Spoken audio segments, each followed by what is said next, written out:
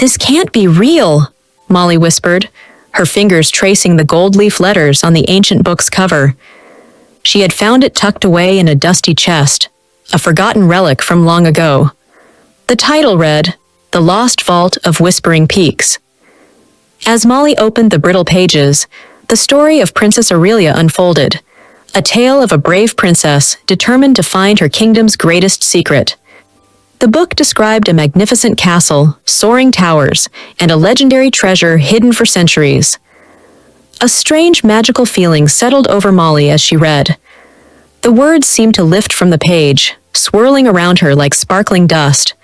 Molly felt her own cozy pajamas transform into a gown of deep blue velvet, and the room around her faded into the stone walls of a grand royal chamber. The book's first clue was a curious riddle. Where sun-dappled leaves whisper secrets to the wind, your journey begins. Molly, now fully immersed in her role as an adventurous princess, stepped into an imaginary forest that grew from the pages. A chittering sound made Molly look down.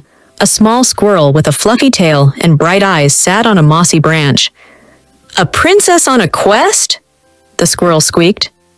Molly gasped. "You can talk," the squirrel, who introduced himself as Barnaby, nodded wisely. "In these woods, all who seek knowledge can understand us. The whispering leaves are the rustling pages of a story, Princess Molly. You are looking for the beginning, the very first chapter of the adventure." Molly smiled, understanding the clever clue perfectly. Following Barnaby's advice, Molly turned back to the book's first chapter. The next clue shimmered on the page. Follow the river of silver light to where time stands tall, but always moves. Molly looked up from the book. A brilliant moonbeam was streaming through her bedroom window, creating a luminous path across the wooden floor. It was a perfect river of silver light. Molly followed the beam with her eyes until it stopped, illuminating the watts of the old grandfather clock in the corner. It stood tall, its pendulum swinging rhythmically. "Time stands tall, but always moves," Molly repeated. The riddle's final line was the most puzzling. "The vault opens not with a key of metal, but with one forged of understanding." What could that possibly mean? Molly sat beside the tall clock, pondering the mysterious key. It wasn't gold or iron, but something made of understanding. She looked down at the book in her lap, at the lines of text that formed sentences, and the sentences that built a world.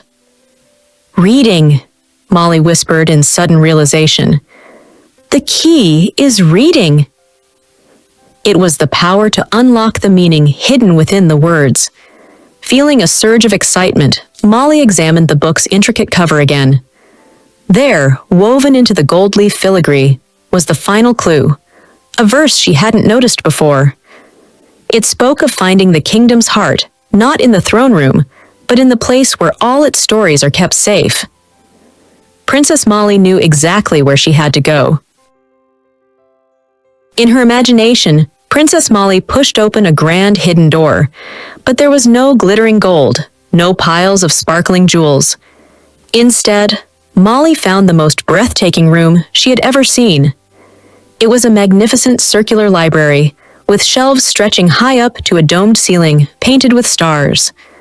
Thousands upon thousands of books lined the walls, their leather spines glowing softly in the enchanted light. This was the castle's treasure vault. The real treasure wasn't gold, but the infinite stories, the endless adventures, and the boundless knowledge held within each and every book. A feeling of deep peace and happiness washed over Molly. She closed the heavy cover of her own book, yawned, and snuggled into her pillow, ready for dreams filled with wonderful stories.